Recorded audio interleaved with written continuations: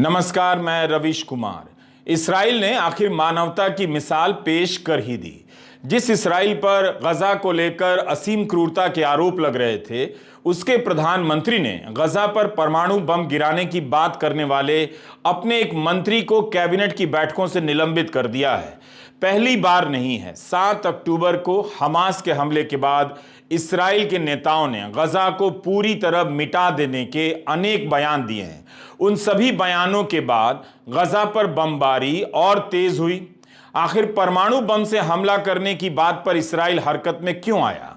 क्या इसलिए कि उसने कभी भी स्वीकार नहीं किया कि परमाणु बम है? क्या अब भी उसे लगता है कि जो बम बरसाए जा रहे हैं उनका असर परमाणु बम के असर जैसा नहीं है? न्यूयॉर्क टाइम्स ने एक नक्शा बनाकर दिखाया है अपनी एक रिपोर्ट में कि गजा की 1/4 इमारतें पूरी तरह से तबाह हो गई हैं। इतने बम गिरे हैं। यही वो मंत्री हैं, चरमपंथी पार्टी ओज़्मा यहूदित के नेता अमिचे एलियाहू। रेडियो इंटरव्यू में इनसे सवाल पूछा गया कि क्या गजा पर परमाणु बम गिरा देना चाहिए। मंत्री ने कह दिया, हां, यह एक विकल्प है।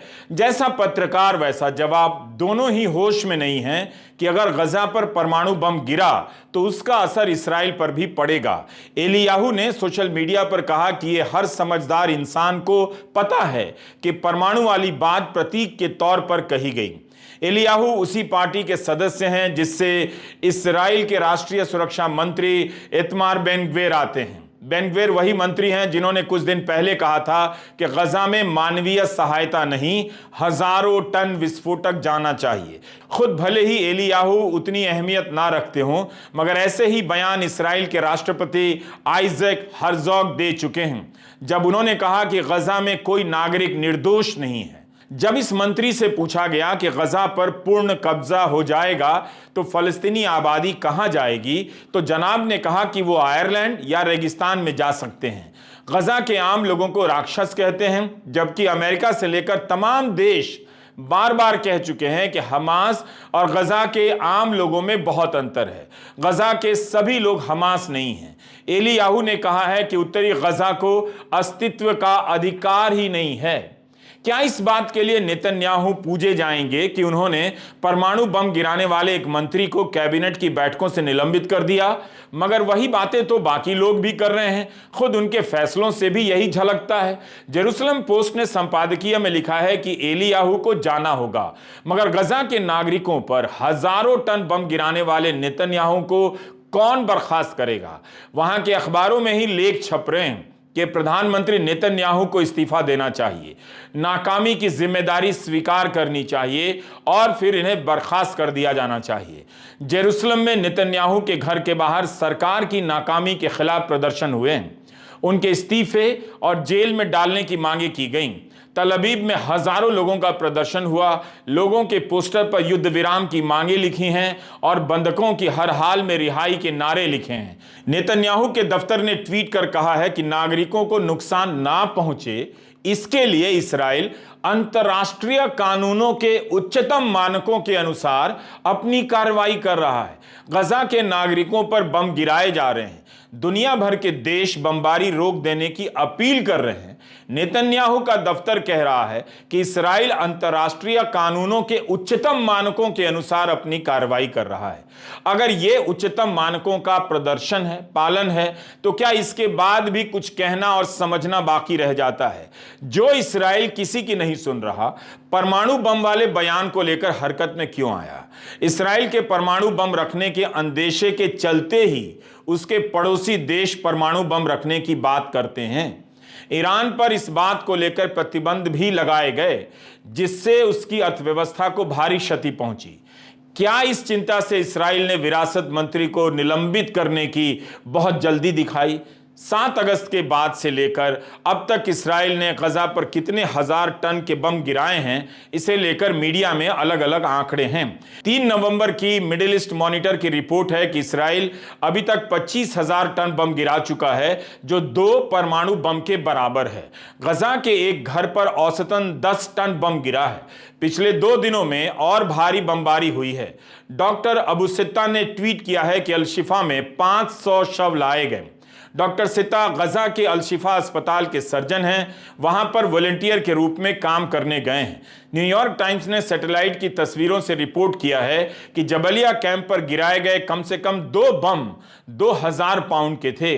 सूत्रों के हवाले से ही रिपोर्ट हुआ है कि अमेरिका अब इस्राइल को छोटे बम भेजने का प्रयास कर रहा है। अमेरिका को उम्मीद है कि इस्राइल नागरिकों को पहुंचाने वाली क्षति को कम करने के लिए इनका इस्तेमाल करेगा।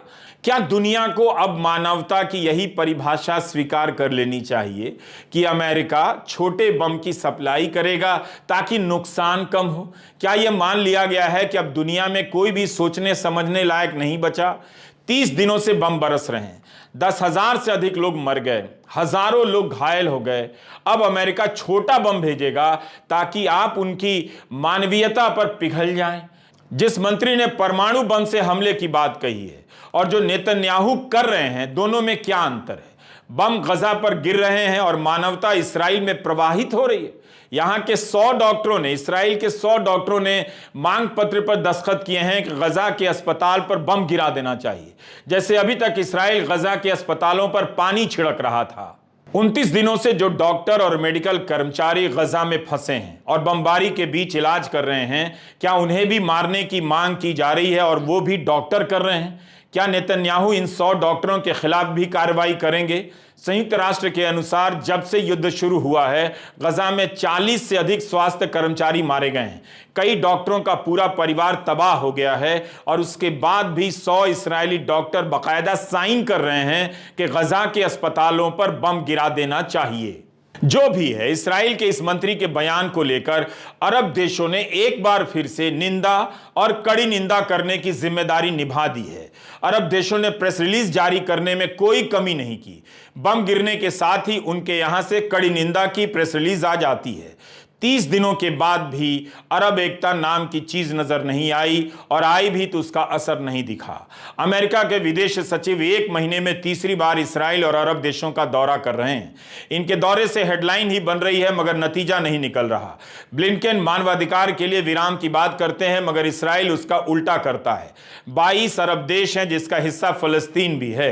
इन 22 देशों में से जॉर्डन और बहरीन को छोड़कर किसी ने इस्राइल से अपने राजदूत वापस नहीं बुलाए। इराक, लेबनान, मिस्र, सऊदी अरब, कुवैत, संयुक्त अरब अमीरात, मोरक्को, ओमान, कतर, अल्जीरिया के राजदूत तल अबीब में मौजूद हैं। विश्लेषण छप रहे हैं कि सऊदी अरब और संयुक्त अरब अमीरात इस्राइल से अपने रिश्तों को बेहतर करने में लगे हैं, जबकि गैर अरब देश बोलीविया, कोलंबिया, होंडुरस, चीले और तुर्की ने अपने राजदूत बुला लिए हैं। दुनिया के मानचित्र पर छोटे और मामूली नजर आने वाले कई देशों ने इस्राइल के जवाबी हमले की निंदा की है। संयुक्त राष्ट्र में मानवीय ठहराव के पक्ष में वोट दिया है। इनमें ब्राजील, चीन, इंडोनेशिया, रूस भी शामिल हैं। आपको याद होगा कि भारत ने वोट नहीं दिया था। इस्राइल को हथियार और पैसे की सप्लाई करने वाला अमेरिका अभी तक कुछ भी ऐसा नहीं कर पाया जिससे लगे कि नेतन्याहू उसकी बात सुन रहे हैं। केवल विश्लेषण छप रहे हैं कि अब अमेरिका विराम के लिए सख्त होने जा रहा है। इसी में 29 दिन 30 दिन गुजर गए। राष्ट्रपति जो बाइडेन की यात्रा का भी कोई नतीजा नहीं निकला। गजा में मदद पहुंचाने का काम बहुत धीमा और अपर्याप्त है। विदेश सचिव ब्लिंकन के दौरे के एक दिन बाद इस्राएल के विरासत मंत्री का बयान आ गया कि गजा पर परमाणु बम गिरा देना चाहिए। इस्राएल लगातार अमेरिका को चुनौती दे रहा है और अमेरिका लगातार इस्राएल को हथियार दे रहा है। जिसके पैसे और हथियार से आप जंग लड़ रहे हैं, उसे ही चुनौती देने की यह घटना कमाल की है और दुनिया के सामने है। इसे बियर हग कहते हैं। कौन जाने कान में किसने किसे क्या कहा, लेकिन जो सामने कहा जा रहा है उसमें लगता नहीं कि इस्राएल कुछ छिपा रहा है। ब्लिंकन ने शुक्रवार को कहा कि मैंने नेतन्याहू से मीटिंग में कहा कि ठहराव पर विचार करें ताकि नागरिकों तक सहायता पहुंचे, और यह भी कहा कि हमास पर हमले के दौरान फलस्तीनी नागरिकों की मौतों को कम कैसे किया जा सकता है, इस पर सुझाव दिए गए। मगर नेतन्याहू ने कुछ ही देर बाद टीवी पर आकर कहा कि इस्राएल ऐसे किसी भी ठहराव को ठुकराता है जिसमें हमारे बंधकों की रिहाई शामिल ना हो। ऐसा ठहराव हमास को मौका देगा कि वो फिर से संगठित हो। चूंकि नागरिकों के नुकसान की बात प्रेस कॉन्फ्रेंस में नहीं कही गई, न्यूयॉर्क टाइम्स ने सूत्रों के हवाले से खबर छापी है, तो इसे बहुत गंभीरता से लेने की जरूरत नहीं कि अमेरिका ठोस रूप से दबाव डाल ही रहा होगा, क्योंकि अरब देशों के साथ के बैठक में ब्लिंकन वही बात करने लगे जो नेतन्याहू कर रहे थे। ब्लिंकन ने कहा कि युद्ध विराम हुआ तो हमास के हमले बढ़ जाएंगे। कल शाम प्रेस कॉन्फ्रेंस कर नेतन्याहू ने कहा कि हमारे बंधकों की रिहाई के बिना कोई युद्ध विराम नहीं होगा। इस शब्द को शब्दकोश से ही हटा देना चाहिए। यह संदेश हमारे मित्रों और शत्रुओं सबके लिए है। तो सूत्रों के हवाले से न्यूयॉर्क टाइम्स में छपा है कि इस्राइल से कहा गया है कि हमले से पहले हमास के नेताओं के ठिकानों की बेहतर जानकारी जमा करे, टनल के नेटवर्क को ध्वस्त करने के लिए छोटे बम का इस्तेमाल करे और जमीनी सैन्य बलों का इस्तेमाल कर नागरिकों को उन इलाकों से हटाए जहां पर हमास के लड़ाके मौजूद हैं। एम्बुलेंस पर बम गिराए जाने को लेकर इस्राइल की आलोचना हो रही है। इसके जवाब में इस्राइल ने कहा कि उसे ठीक ठीक जानकारी थी कि एम्बुलेंस में सवार होकर हमास के आतंकवादी भाग रहे थे। अब जिस इस्राइल को यह पता ही नहीं चला कि 7 अक्टूबर को हमास हमला करने आ रहा है, उसकी सीमाओं के भीतर घुस जाएगा, वह अब जान जा रहा है कि एम्बुलेंस में मरीज नहीं है, हमास के आतंकवादी भाग रहे हैं। इस्राइल ने इस हमले की जिम्मेदारी ली है, जिसमें 15 लोगों की मौत हुई है और 60 लोग घायल हुए हैं। एक वरिष्ठ अमेरिकी अधिकारी ने NBC न्यूज से कहा है कि हमास नागरिकों के साथ अपने घायल लड़ाकों को रफा बॉर्डर से मिस्र भेजना चाहता था, मगर ऐसा नहीं किया जा सका। फलस्तीनी रेड क्रिसेंट ने कहा है कि एम्बुलेंस लोगों को दक्षिण की ओर ले जाना चाहती थी ताकि उनका इलाज हो। रेड क्रिसेंट ने कहा कि हमारी 8 एम्बुलेंस इस्राएली हमलों के कारण खराब हो चुकी हैं।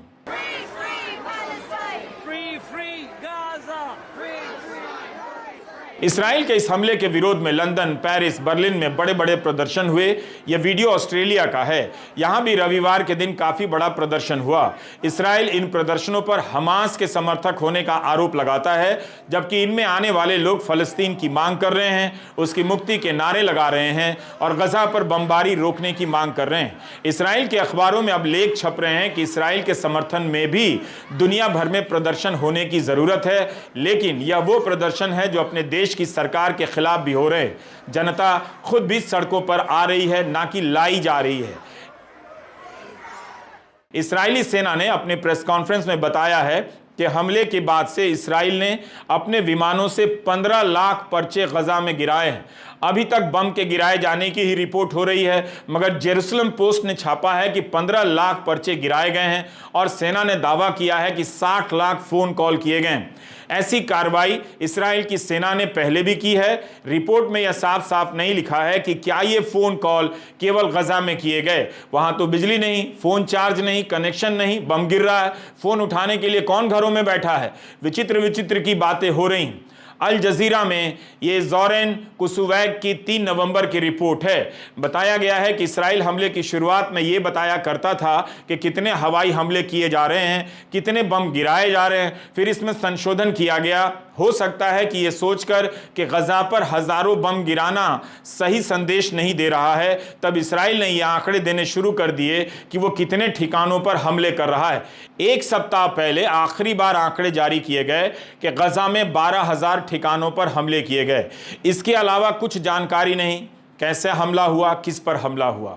अल जजीरा ने यह भी लिखा है कि गजा पर गिराए जाने वाले तकरीबन सभी बम अमेरिकी हैं, वियतनाम के ज़माने से इस्तेमाल हो रहे हैं। अल जजीरा के विश्लेषण के मुताबिक अब तक 6.5 करोड़ से अधिक के बम गिराए जा चुके हैं।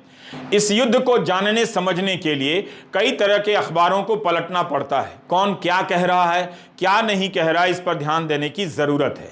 आखिर इस्राइल ने यह जानकारी क्यों बंद कर दी कि कितने बम गिराए गए। इस्राइल के समाचार पत्रों में छप रहा था कि जिन परिवारों के लोग बंधक बनाए गए हैं वो नेतन्याहू और युद्ध से नाराज हैं। इस्राइल के रक्षा मंत्री ने भी कहा कि बंधकों के कारण युद्ध पर कोई असर नहीं पड़ेगा। जेरूसलम पोस्ट में प्रधानमंत्री नेतन्याहू का बयान छपा है कि जब तक बंधक रिहा नहीं किए जाएंगे सीज फायर नहीं होगा। कुल मिलाकर देखा जाए तो इस मामले में भी बयानबाजी हो रही है। बंधकों के बारे में ठोस प्रस्ताव या प्रयास या नतीजों का दर्शन नहीं हो रहा।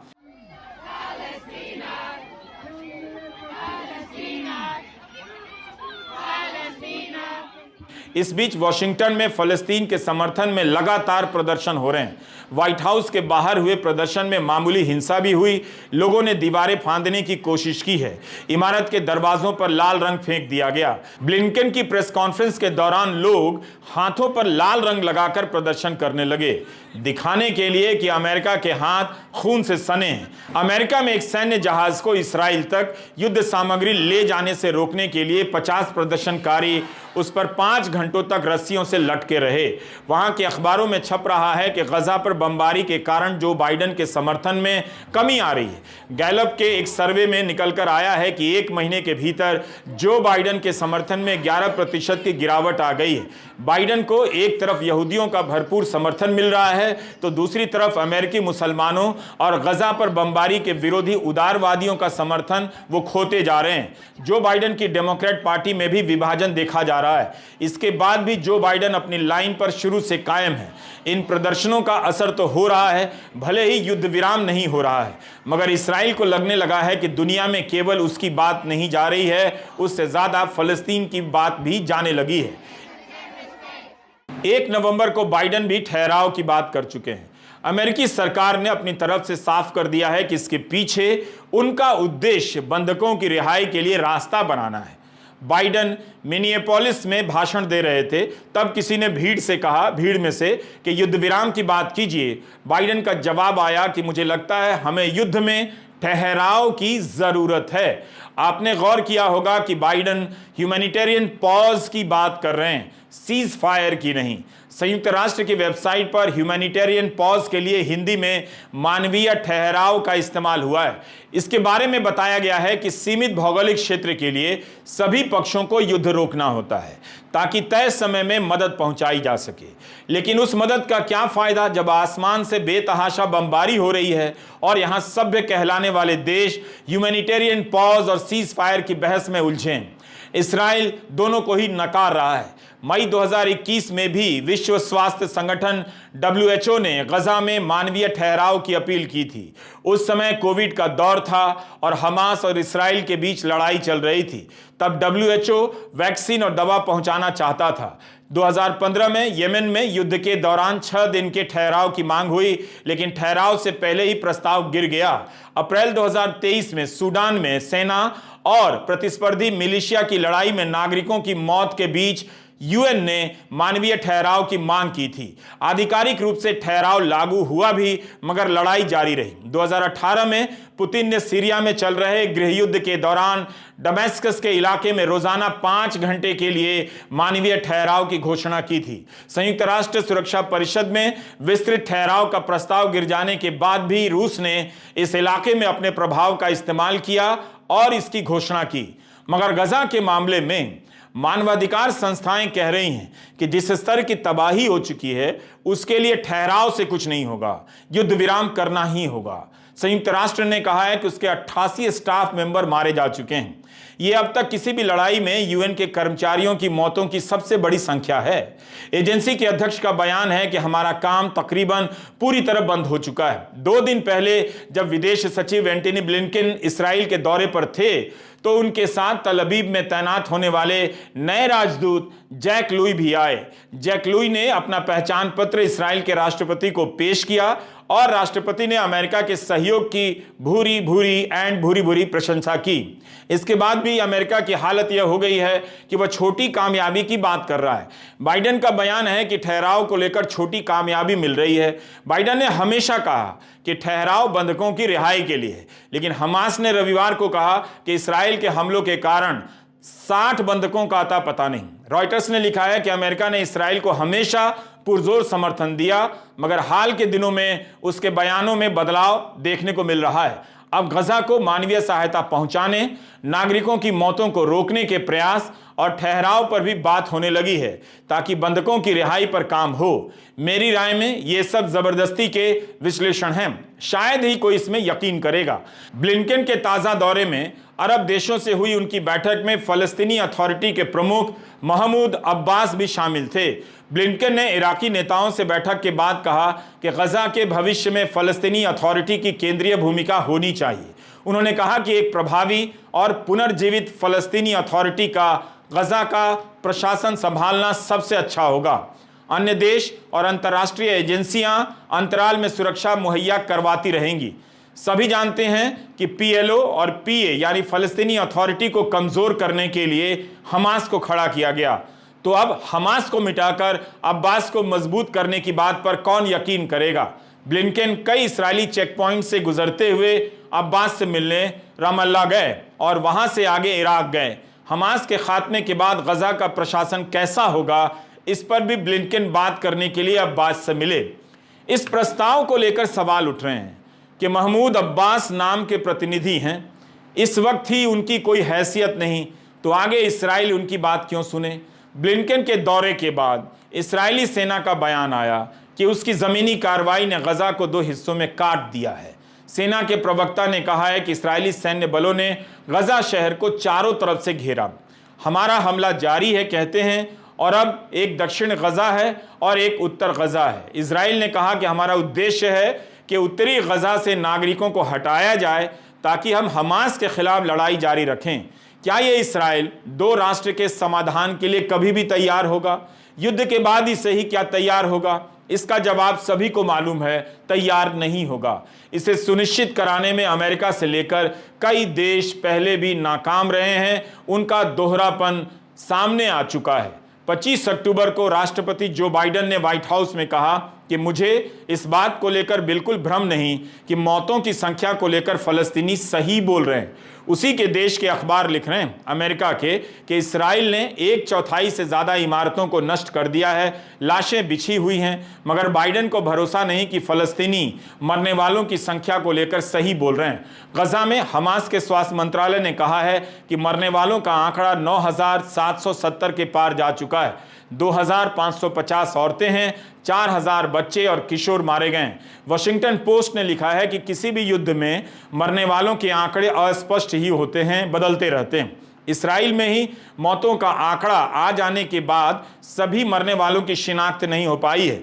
1 हफ्ते पहले तक 200 लोगों की पहचान नहीं हो पाई थी। उनकी पहचान करने के लिए पुरातत्ववेत्ताओं की मदद ली गई है। यानी मरने वालों की संख्या में बदलाव होता रहता है और सही आंकड़े तक पहुंचना कोई सामान्य प्रक्रिया नहीं। इस हिसाब से देखें तो गजा में जो हालात हैं वहां से ताज़े आंकड़े आना आसान नहीं, ये काम अस्पतालों का होता है। गजा के स्वास्थ्य मंत्रालय के डायरेक्टर जनरल ने कहा है कि मैं बाइडेन के बयान से इतना व्यथित था कि मैंने अपने स्टाफ से एक लिस्ट जारी करने को कहा जिसमें मरने वाले हर व्यक्ति का नाम लिखा हो। जब यह लिस्ट जारी की गई तब ये 212 पन्नों की निकली और इसमें तकरीबन 7,000 नाम थे। ऐसा नहीं है कि हमास के आंकड़ों पर संदेह नहीं जताया गया है। अल आहली अस्पताल के आंकड़ों को लेकर अभी तक जांच चल रही है और विवाद हो रहे हैं। इसी से पता चलता है कि अमेरिका इसराइल के साथ किस हद तक है।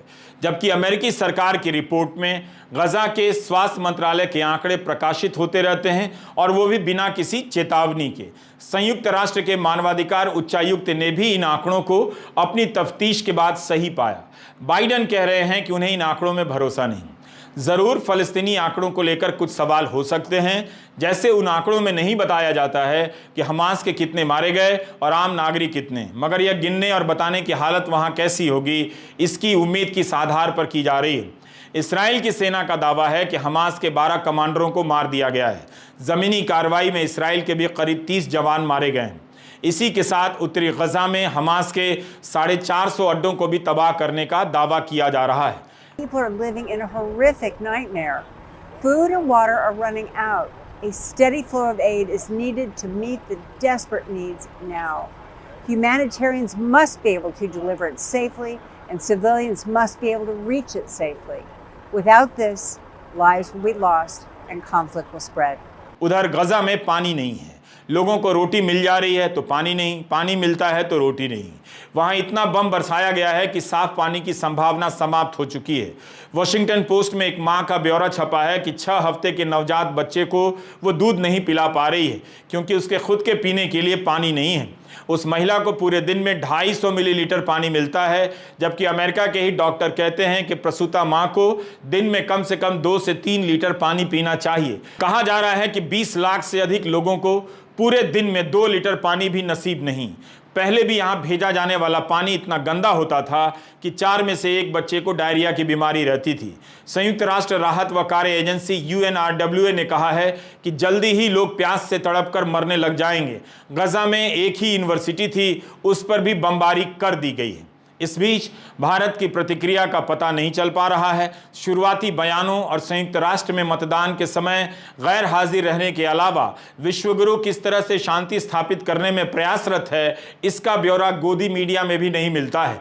इस तरह के झूठ भी बोलने की अब जरूरत महसूस नहीं की जा रही कि प्रधानमंत्री मोदी ने पुतिन को फोन कर दिया, युद्ध को कुछ घंटे के लिए रुकवा दिया। उस समय मंत्रियों के इस झूठ का भांडाफोड़ विदेश मंत्रालय ने ही कर दिया था और कहा था कि इस तरह की बातें फिजूल की हैं। हमास के हमले और गजा पर बमबारी ने पश्चिमी दुनिया के हुक्मरानों का चेहरा आपके सामने बेहतर तरीके से उजागर कर दिया है। चाहें तो निंदा करने वाले अरब देशों का भी चेहरा देख सकते हैं। सड़कों पर उतरी जनता की चिंता में हुक्मरान मानवाधिकार विराम की बात कर रहे हैं। अगर जनता सड़कों पर नहीं उतरती तो वो भी नहीं करते।